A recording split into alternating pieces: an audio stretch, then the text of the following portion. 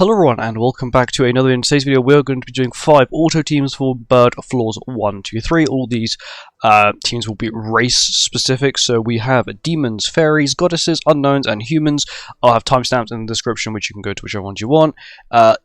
These teams are sort of premium teams, so they will have collaboration characters, they will have, brand new characters, none of them will have old characters, but of course, if you do want to know any replacements, you're more than welcome to comment, and I will of course respond with any replacements that I do see fit for that character. Let's get on with it. The first team will be demons. Here we go, on to our first team. Our first team is, well, like I said, demons. Gear on this team is HP defense on Demon King. We have attacker on Estarossa just to help him deal damage because he is the oldest character here and I do want him to deal damage. Gelder HP defense with just normal HP defense rolls, no lifesteal. And then HP defense melee as well. We're also going to change out the link here for Zeldris to make sure we actually get more basic stats from her passive, so we can sort of don't need to have max lifesteal rolls on her. Other links don't really matter.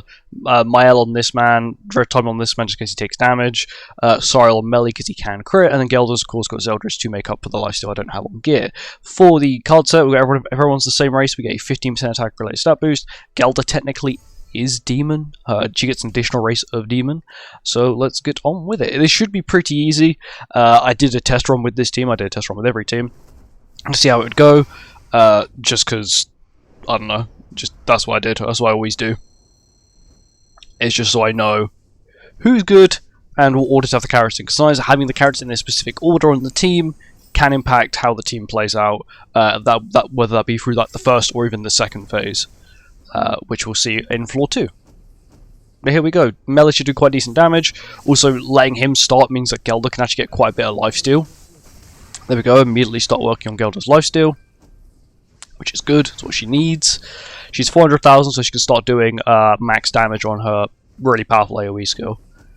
Once again, Estarossa is solely here for the Darkness stacks. Darkness stacks give you 5% basic stats per Darkness stack, as well as the enemy takes 10% more damage. That can stack up to 5 times on the Demonic Beast, which means we're capping out about 25% basic stats, but Estarossa's passive does allow it to get to 50% basic stats if you somehow can get more stacks, which you can't on this, because it caps at 5. There we go, doing damage cap. Melee's really good for damage, very consistent, which is something nice to have. Of course, that is without Rampage. If he had Rampage, he'd be hitting even harder. Melee's ultimate, which isn't actually too strong. Demon King does have max stacks, though, which is actually really good to see. It's a very rare thing to see, actually. Demon King does have max stacks here. Melee's ult doesn't do any damage because it's not boosted. Estarossa does minimal damage. That is solely because we just got really unlucky with skills here, which isn't the best, but it's okay still, because we're not going to take much, if not any, damage. It's got a lot of darkness stacks. My only character who I'd be scared of taking damage would be Estarossa, like that, but he can lifesteal, which is fine. Gelder not taking any damage still, which is nice. It's nice to see characters not take damage. This is very old content. This is like 4-year-old content at this point, so I would expect some characters to completely patience it. Go, and then melee can just clutch up. No problem at all. We also have Demon King that does provide, I believe, 16% of all stats from his passive, which is pretty handy. And now on to floor 2. Here we are, now on to floor 2. Should be quite easy as well. The only problem is actually going to be phase 2, and that is if we, don't play the card. If the AI plays the cards incorrectly, which can happen. It's an AI. I can't guarantee it's going to play the cards perfectly every time, but it still should be fine. There we go. Stack up Gelder's passive. Melee might actually land the kill here as well. No, he doesn't, but that's fine, because that is more stacks for Gelder. More HP. Yeah, there we go. And now onto the second phase, which is the one that you can quite easily screw up if you get unlucky here. We got actually quite lucky, because you need to do damage cap twice and then kill it. If you don't kill it and you don't have a taunt up, you take a lot of damage. This actually used to be the thing that would kind of screw over runs if you didn't have the right team. But yeah, not too bad at all. There we go, Estarossa clutches up. His damage is good, especially when they don't have like a billion defense. That's the reason why I gave him attack crits. I thought with HP defense he'd be quite bad. If you don't want to use blue Estarossa, you can use red. You just don't have darkness stacks. Instead, you get attack boost, which is actually good for everyone but melee, who once again is mainly HP based. There we go. Actually, he is solely HP based. It's just the attack related stats do help him. There we go, not bad. And on to the final phase again, which is really quick. This team's really good. Would I say it's probably the best team? I still feel like Unknowns is probably going to be the best team. Because it's just raw DPS. Geld does damage. Damage cap. There we go. She did her damage cap. Which is good, because once again, how she scales on damage. Sort of like attack, and then her blood clot effect as well, which caps at 400,000. But yeah, on to floor 3. Here we go, on to the final floor for demons, and then we'll go on to fairies, then goddesses, then unknowns, then humans last. But yeah, I haven't made a video, I believe, doing auto teams for a while, at least going over several at once. I've done, once again, for like certain characters on their release, but never, never a group one like this one. Because I feel like farming bird floors 1 to 3 is quite important. You know, if you don't have all the relics, it's quite an easy way to get all the relics. You know, you just put it on auto and you can, I don't know, watch a YouTube video or play a game or like do something else in the background. Or even if you're farming relics, because you need 5 of the crystals you get from the bird every time you upgrade a relic, you think, well, you know, I need the little pizza slices as well. Well, if you're upgrading a collaboration relic, you don't need that, which is why it can get quite expensive. Well, it got quite expensive for me because I have a lot of the collaboration characters, and if you're someone like me who has a lot of them, you've been playing for a while, it can get quite pricey. Which is the reason why I recommend auto farming, because that's what I did. I've got about 200, I think, now, and if I get more than 200, I just sell them. Because having 2 stacks of a demonic beast material is too much, because you're never really going to get through it, because they don't release relics at a fast enough pace with a good variety as well. They always seem to be rat relics. HRAESVELGR's damage is actually really good. 316 is impressive for a very old character like him. There we go, and then melee lands the kill. Also, you can get screwed over here as well with the revive passive. Sorry, that passive, the full heal passive, that's the one you can get completely screwed over by. We'll find out if we do. This team should be fine though. It's got a lot of sort of bulk to it. Well, everyone has bulk by Esterosa, which is why it's got Red Tarmiel. Good damage. Gel's going to, I think, trigger the full heal here, sadly. Yep, that's the full heal, I'm pretty sure. Yep. But it's fine. Melee did a little bit of damage, so here's a Flood single type. That's the reason why it can post insanely crazy damage. But that is the reason why he's got Red Tarmiel as well. I don't think he's going to be targeted. Realistically, I think it's going to be Geller. If anyone gets targeted, which it is, which is fine. She's got a lot of health. Like that, and it's not even doing too much anyway. She's got 1.2 million, Esterosa's rocking 428, 545, oh my god, I can't speak. And Melee's got 1.8 million, which is crazy. But this seems really good. Consistency's good. Really good bulk to it, which is something you kind of need, just in case, once again, you get passives like that, where you can quite easily get screwed over. The Reflect passive, and if you get that passive at the same time, that can actually ruin runs. But yeah, there we go. That is Demons done. Not too bad at all. Now on to Fairies. Here we are now on to the Fairies team, so let me quickly show you the setup we're running. So we have HP Defense, King and Deanne. I'm actually going to change Lance to Attack Crit. I know it's probably not needed, but I will just change him to Attack Crit. Alpha HP Defense, and then Beta HP Defense as well, with the same card set we used the previous time, which is increase allies' attack-related stats by 15% when everyone is the exact same race in Demonic Beast. Even though technically these have duo races, they still count, which is quite nice. Red Tarmiel's on Beta because she is not the strongest. She's a little bit squishy. Alpha's got Sariel, so when she crits she can hit harder. Of course, Lance has got Roxy, because he's half human as well, and then we've also got Mael on King and Deanne to maximise their damage. Let us begin. Here we are. Hopefully this should be quite easy.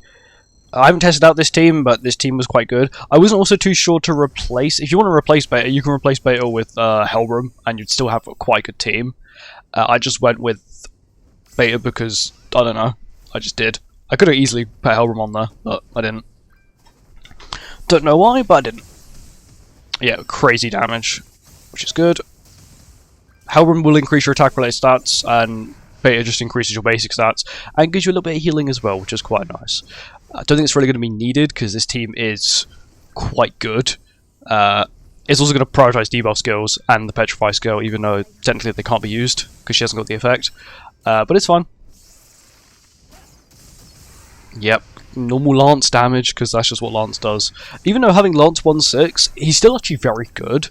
My initial opinion of him on release was he was quite bad at 1/6, but I think at the time it's because we had Millum, I'm pretty sure we had Millum at the time, who was like groundbreakingly broken to a point where like what's the point of having 1/6 Lance when Millum can play a level 1 AoE or 1/6 and do like the entire team disappears, where Lance does require ult level and as well as having max stacks as well, which is not obtainable turn 1.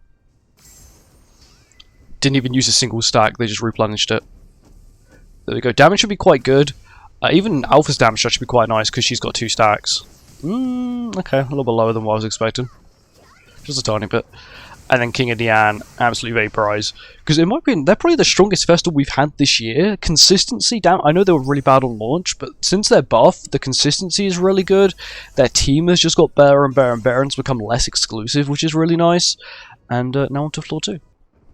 Here we are, now on to floor 2, which should hopefully be quite easy to get through. Once again, the only problem on this is the second phase. Always the second phase because of the insane damage thing it's got. But it still shouldn't be a problem. This team has a lot of damage. It's got a lot of damage reduction. It's got technically damage cap. It's also got Alpha's mist ability as well, which is really handy, which we're not really going to use, but it is still very handy. Even Beta's damage is quite good. 100,000 is not bad for her. There we go, land the kill. Damage suppression again, which we don't really need. This is where it can get a little bit scary, but we are getting quite lucky on skill, so it should be fine. Yeah, okay, yeah, I played the Lance AoE, it's easy now. Lance's AoE is really strong. Not only has it got like the pierce rate effect, but then the death damage effect on top of it.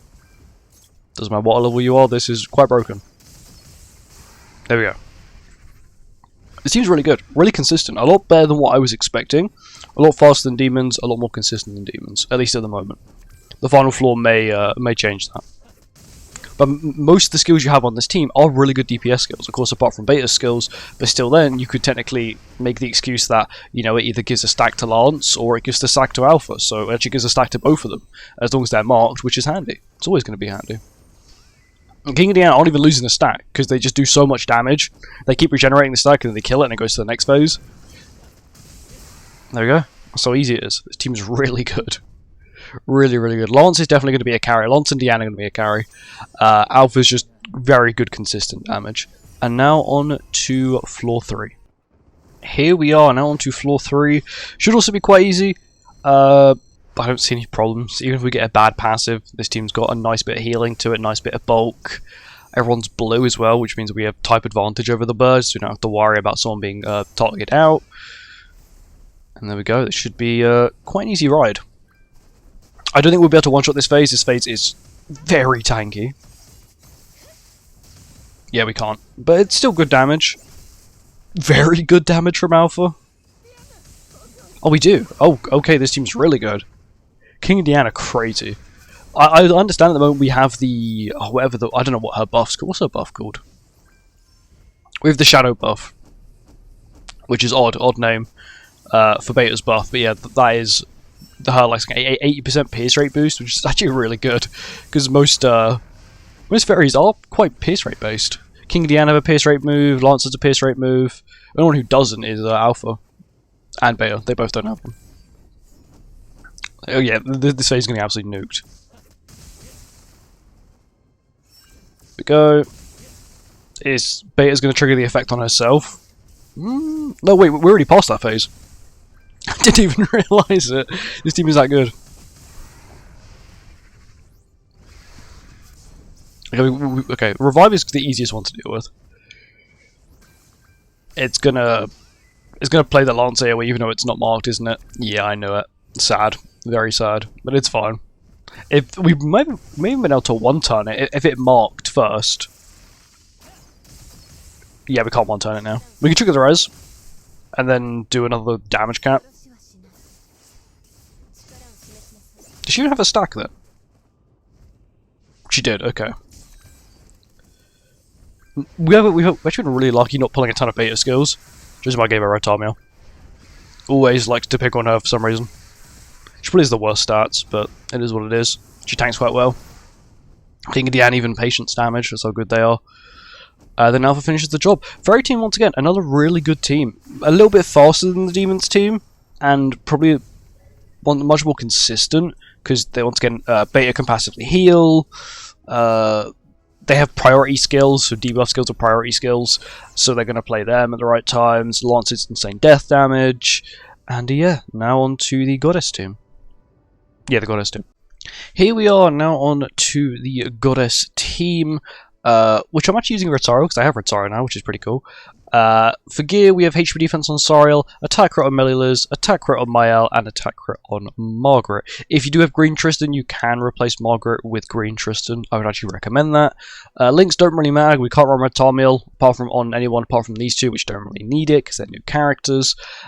Giving the Mael link to maximize damage. I was going to give him Sariel link, but I put Sariel here so he's sort of out of the way. So I give him Liz link, we still give him quite a bit of CC, and then these two have CC links. Card set is the same as the previous two. Increase attack related stats by 15% when all allies in demonic beast battle are the same race. And yeah, let's get on with it. Here we are on to floor 1. Should be quite easy. This team's got quite a good bit of damage. A nice bit of bulk as well. Sariel can increase defense related stats per buff on my team. I believe it's about 5% per buff up to 40%, so it's 8 buffs in total. There we go. Margaret does have a debuff skill, which means it will take priority, which is not the best, but it's okay. Very much overkill from this team. We've also got Melili's shield as well, which it might come in handy, but it is just more or less to give them an attack boost over anything. The game will not prioritize a stance because the game doesn't understand that stances are quite good. I don't know why they've never changed that with the AI to make it so you can prioritize stances or not, because it means you can't really use characters like Albedo, Baldir, basically anyone with a counter. You can't use them on auto because they just don't really work too well, but Sorrow provides a lot more than what Elate does, and Elate's healing isn't really that good. Because once again, look, we just got a 40% attack boost because no one on my team took damage, which is the reason why I picked Sariel. And the basic stats, he provides the same basic stats as well. Damage also isn't too bad. Much better than Elate's. There we go, on to the final phase now, which hopefully we get some quite decent skills. I think we do have Margaret's ult, which is quite handy. We should be fine. We've got a 40% attack boost, we've got shield up now. It's going to play all the attacking skills, because it's got no choice. We get a damage increase taken now, so maybe my L match will do some quite decent damage. Oh, very good. Actually, damage cap. I was not expecting that, but I guess Margaret's damage increase does. Does actually make quite a big impact. And now on to floor 2.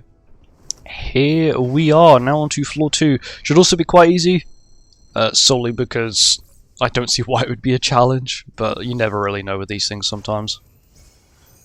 It is going to waste these 4 immediately, which isn't the best, but it is what it is. But we will start next phase with an attack boost, which is quite handy. I'm also slightly scared that we're going to pull a million Sariel skills and the game's going to be like, oh, Sariel skills, and start spamming them instead. But we will have at least one good melee skill to go off. So Miles damage lower can be also pretty clutch. Not really in here, but in other harder demonic beasts, it's actually really nice to have. Okay, we've got a debuff skill, so that's going to take priority. There we go. Just got to hope that they can do good damage combined. Oh yeah, okay, we're going to be fine. Melee is definitely doing damage cap. Sariel can now trigger the res. There we go. And then Miles finish the job. Seems really good. I'm actually enjoying using this team. Of course, we can't use the stance, which is kind of sad, and now we're going to pull a gold stance. The game might actually use it because it's got no other choice. The game decided to use the buff skill instead of merging for hand space. I don't know how they've not updated this AI for so long. There we go. Still good damage. Don't really need it.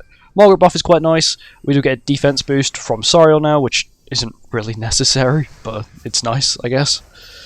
Can I pull decent skills? Okay, we actually got a full attack hand, which is really good from both DPSs. But shield up, which doesn't really do too much. It seems really good, really consistent. Meliliz shield. Meliliz also have the passive heal with goddesses. Margaret's basic stat boost. Miles damage lower.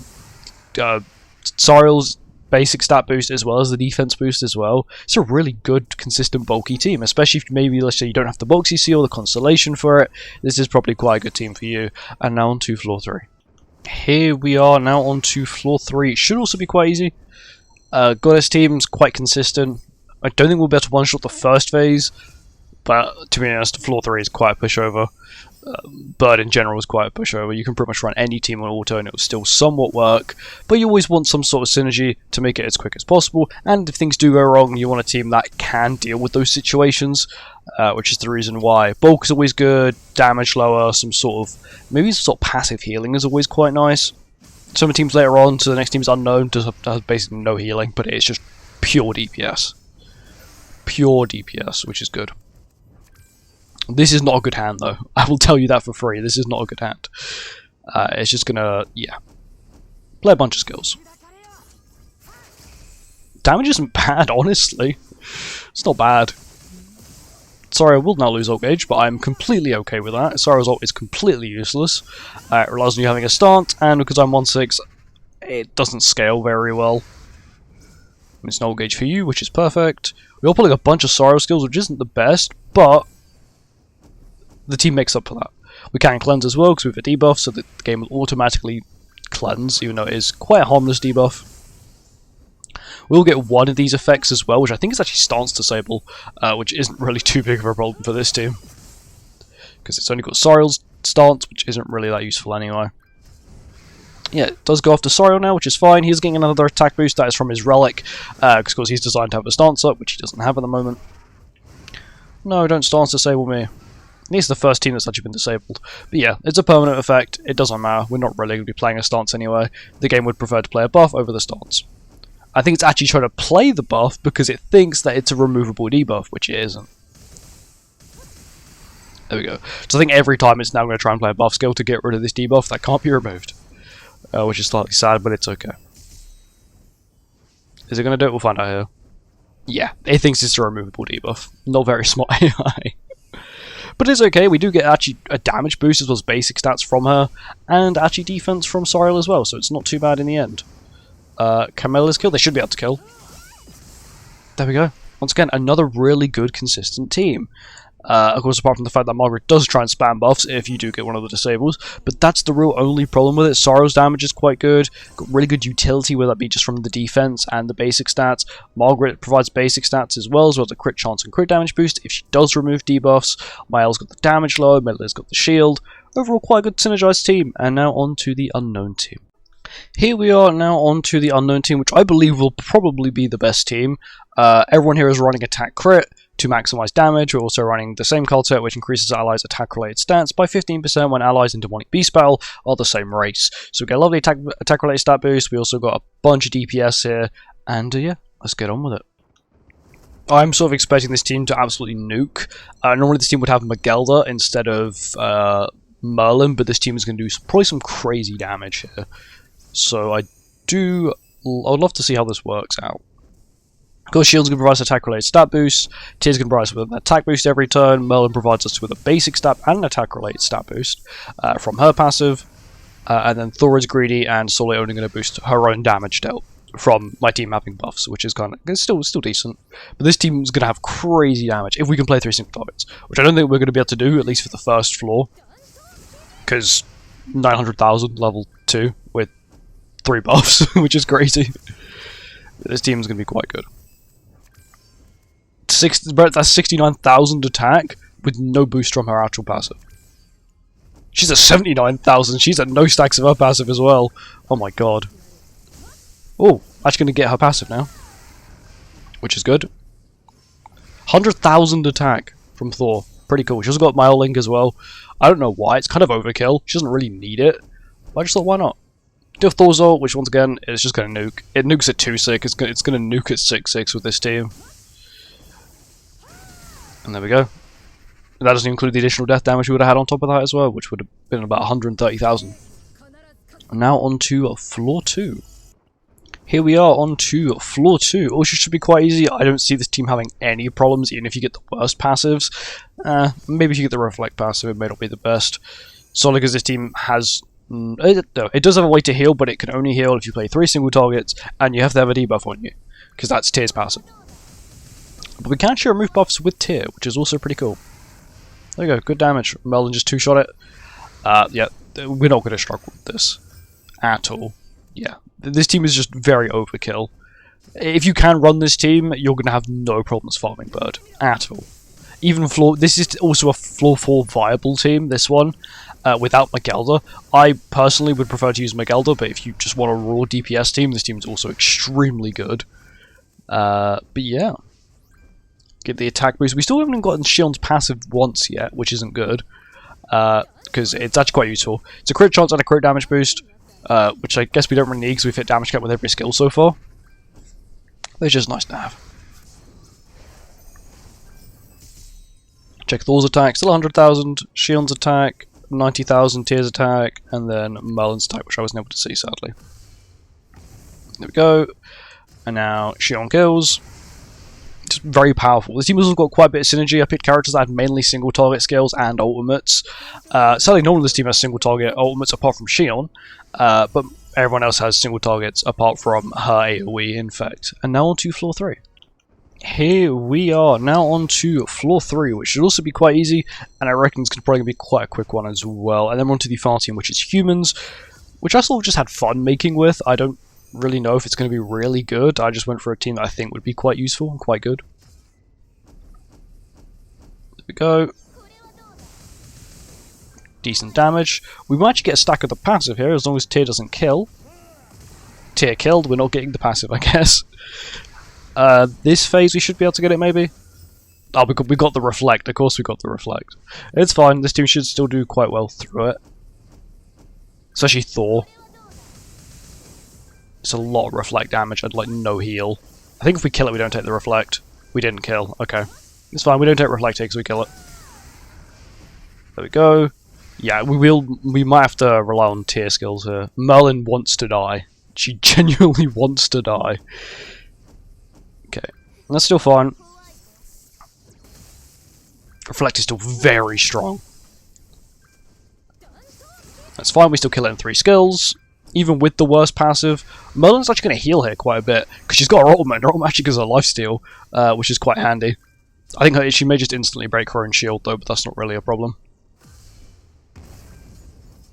Don't really know if she broke her own shield or not, but everyone's still full health, no problems. And then I think Thor may even be able to kill her. Yeah, we one-turned it. This team is just that. There you go, it's done. That's how quick it is. And yeah, now we're on to the final team, which will be humans. Here we are, now on to the final auto team, where we are running humans. We've got Nazians here, who is running HP defense. So we have a HP defense Char, we got attack crit Roxy, and we also have attack crit Mazano as well. This team should be pretty good. It is sort of centered around single targets and quite big damage. Card set is still the same. Increase allies attack related stats by 15% when allies in demonic beast battle are of the same race, which is pretty handy. Red timer's on him because he is green, so if it is anyone's going to get targeted, it's going to be Nazians. Let's get on with it. Here we go. This should be quite easy. Of course, Nazians does have a stun skill as well as a recovery skill, which is somewhat handy. The recovery skill, I guess, is a cleanse as well. But he's mainly here just solely for the attack-related stat boost, and if things do get a little bit iffy, he can heal the team. I don't think it will. Seems probably just going to absolutely nuke everyone and everything. Yep, there's nearly 1 million damage, level 1, thank you. It seems to be very good, I can already tell. It is going to waste a lot of skills, but that is fine in my opinion. She hasn't got many stacks, that's fine. We've got Roxy here, so we get the Roxy damage boost. There we go. Now we've got the buff now as well, which is even more handy. Lots of good damage skills there as well. It's going to use everything in this hand, apart from the recovery skills, which is fine. It's not a problem, really. Nazians lands a crit, boom, death damage. So the only really reason I bring Roxy here is for the death damage. Just handy. It's not much damage, it's like 60,000, but it's still decent, especially because Bird isn't really... because it's not really got the most amount of health, so 66,000 could be like a large chunk of it. Yeah, this thing's about to get vaporized. Yeah, it's getting absolutely nuked. Got a huge basic stat boost from Char. Yeah, it's dead. Pretty quick, pretty good. Actually a very good team. Surprised me actually at the moment. Of course the later floors will really decide that. But anyway, now on to floor 2. Here we are, now on to floor 2. We should also be quite good. We shouldn't also struggle on the second phase because of Roxy's DOT, which actually can be quite clutch. Yeah, this phase can be absolutely nuked. Josh hopefully do quite well in the second phase. I think we have to 2-tap this phase. I don't think you can one-shot it. I don't really know, to be honest. I completely forgot. Yeah, you have to 2-tap it, which is actually really useful for Char, so she gets an additional stack. And my team actually gets some more basic stats, because she got an additional stack. Cool, she should, I believe she's about to 2-shot this. Okay, it's started to play it in a very funky way, but that's fine. It's still going to absolutely nuke it. There you go, secondary hit, he lands a crit, secondary hit, we kill it, and the death damage from Roxy actually kills it again. There you go. Pretty good. Pretty good indeed. And then it's getting absolutely nuked. Takes as a priority, use all of those. Got Masno's ult now, which is actually pretty good because it replenishes the shield. Even though no one on my team is actually taking any damage, it's just quite useful sometimes. There we go, boom. Super easy, no problems. This team is really good. Masno himself is crazy good. You mix that with Roxy's DOT to help get through damage caps a little bit better, and you put Char on top of that, which can not only increase your basic stats by a lot, but just generally is a crazy DPS. So with no stacks, and she just one-shots it. That's also prior to Roxy's death damage as well, which would have taken the damage to over 400,000. Once again, another really easy floor. Now on to the final floor of the video. Here we are now on to floor 3, the final floor 3 of the video. I hope you guys have enjoyed this video. It's actually been quite fun making it and trying out teams like this, because you realise that there's a lot of actually quite good teams for auto, and that you've got quite a nice choice of teams. So you don't have, that team because it's got that character in it, or that team because it's got that character in it. You've got a lot of choices, which is quite nice. Of course, a lot of these teams do consist of maybe an exclusive character or two, but that's just how the best teams are. Of course, if you need to know any sort of replacements, you can comment in the description. You can put a comment in the comment section, and I will reply to it with as much as I can help you with, because some characters are sort of not replaceable. You could definitely replace Darzians. If you don't have Darzians in this team, you probably put Anne on the team and still get the same result, or even Green Sigurd and you still get the same result. Or even just another DPS. You probably put Ella Escanor on the team, and you get the damage increase from the debuff he applies, which is pretty decent as well. I will play the stun at the end, because that's how I prioritise stun skills. Yeah, Masno's damage is really good. There we go. Yeah. Roxy's additional damage is really nice. It's really handy. It's not really needed. We got Revive, that's fine. It's not really needed, but it is just quite nice. Yeah, this thing's probably going to get vaporized. It will survive because I'm not going to be able to do enough. So that will do like damage cap, and then the death damage applies. Maybe. This will do damage cap, and then death, and then this will then do damage cap plus death. Ooh, very close. If we played another single Titan instead of Masno's skill, then yeah, we would have been able to do it. Instead of Masno's ultimate. But it's fine. Shield's not breaking. It's Masno's shield. It is really, really good. Pretty sure it's based off his attack. I'm not sure if it's based off his initial attack, or is it just based off his attack. Pretty sure it's just based off his initial attack. And lowers the damage you take by 80% as well, which is crazy. There we go. That is 5 teams you can run auto on Bird, and they're actually all really consistent. And so probably the worst team in the end was Demons, the best team being probably Unknowns and Humans. Fairies and Goddesses are also quite good as well, very consistent teams if you are looking for a consistent team. Demons is okay, just a little bit slow because, I don't know, it just doesn't feel as good as the Unknown team and Humans that seem to hit damage cap with every skill, of course apart from the support characters. But yeah, thank you for watching, I hope you guys enjoyed, and I'll see you guys in the next one. Goodbye.